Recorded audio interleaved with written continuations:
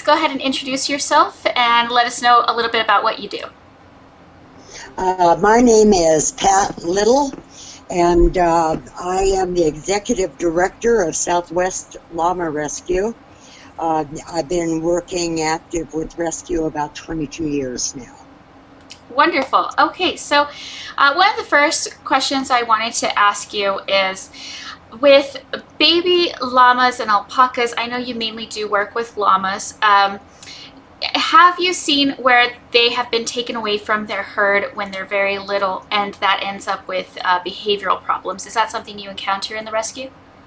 Yes, certainly we do.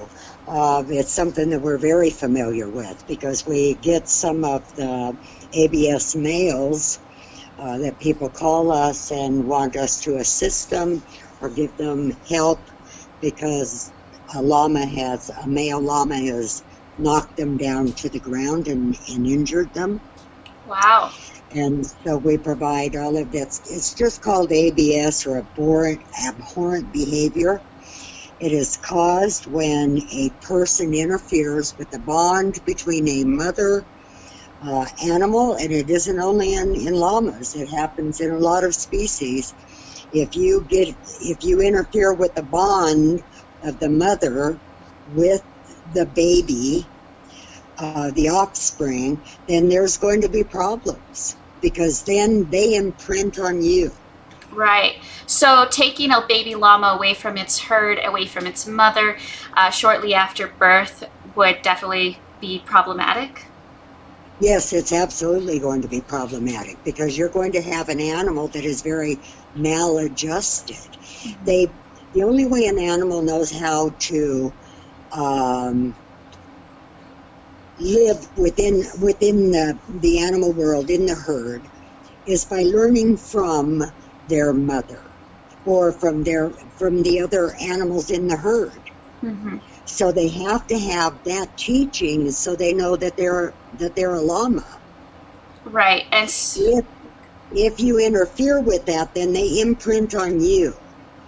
Okay. And at a later point, they're going to want to chest butt you and wrestle with you and do all of that kind of stuff. And it ends up in some very serious situations. Mm-hmm. And very, very unfair to any animal to have to go through that.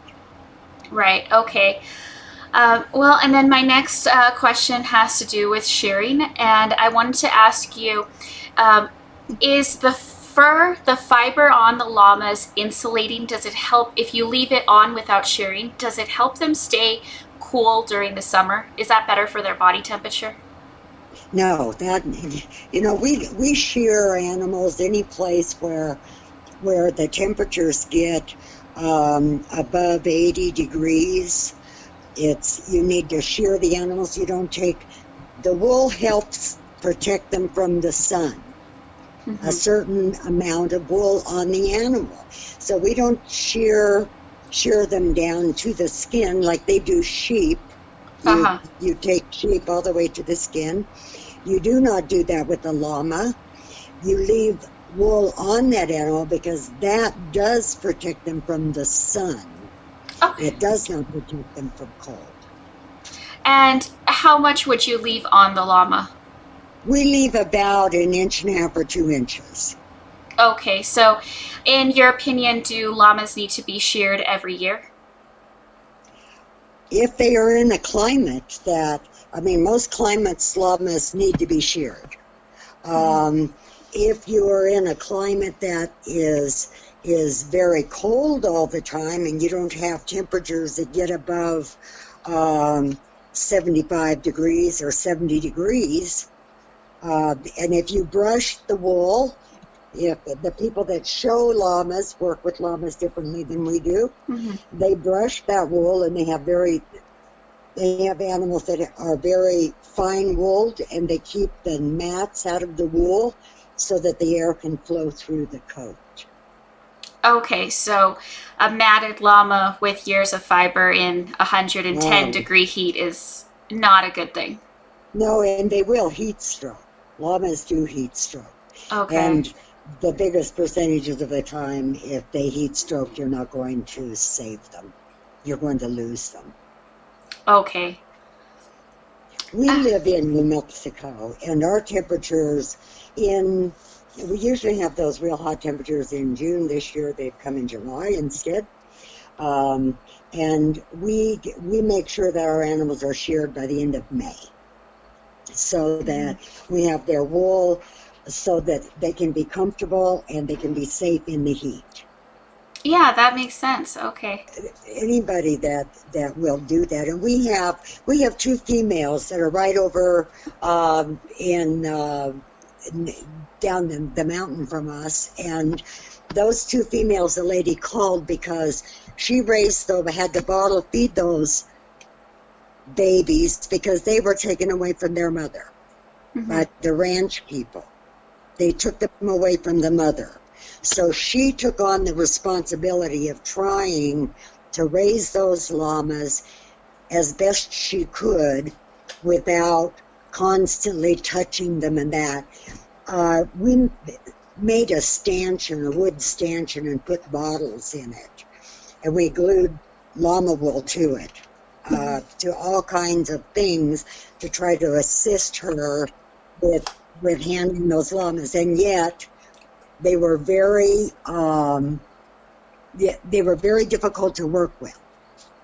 And the reason they were difficult to work with is because they didn't have the teachings of the herd.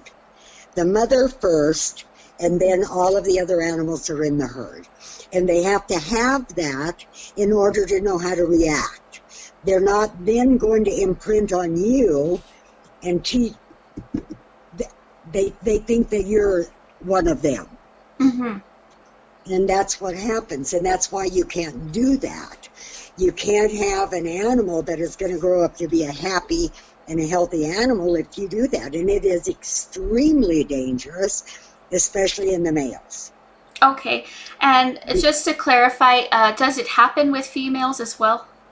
Oh, yes, it does. It does, and that's the ones that we have right across the mountain over there. We finally got another llama that was a healthy llama and put with those two llamas, and now they are doing much better because they're with another llama that is now teaching them how to interact. Oh, that's good. Yeah. And so that's the first time we've tried that, but we put another animal now. They're together as a herd of 3. And now they act. The one female is still very, walks right up to you. That's not something the llama does. When you walk into a pasture, they're not going to walk over to you and be right up in your face. That's not normal llama behavior. If they walk up to the fence and they spit at you or do that kind of stuff, that is not normal llama behavior. Those are all indications that something has interfered with the llama learning from their herd. Right. And then I think it must also be traumatic for the baby to be completely separated from everybody, and put with, baby goats or something like that. That's right. Yeah, it doesn't work. It does not work. And you see them put them, in particular, a lot of the people put them in petting zoos. And llamas are animals that are not, they're not animals that like to be coddled. They're not animals that like to be touched all the time. That's not who llamas are. Llamas are they're work animals. And they don't like somebody that is constantly up in their face. Yeah. They're aloof. I guess a good description for a llama is that they're very aloof animals. Okay, yeah, no, that makes sense. They are wonderful packing animals. They're beautiful in the wilderness, and that's how we came familiar with llamas, because we hiked with them in the wilderness for about 15, 20 years. And they're wonderful pack animals, but that's what they like. They like to have a job, and they like to have something to do. But they're not an animal that likes to be petted and hugged and loved, like a dog or a cat. Right. Dogs and cats like that. Yeah. Llamas do not. Now, I am very glad that you made contact with Southwest Llama Rescue, and we take phone calls daily on animals that people need assistance with. We don't only do just rescue work, but we have people call us that have questions about the behavior of their animals or what they need to do, and we're covered the southwestern part of the United States. All right, thank you so much, and thank you so much for your time and for being able to answer all the questions. Thank you very much. You have a great evening. You too.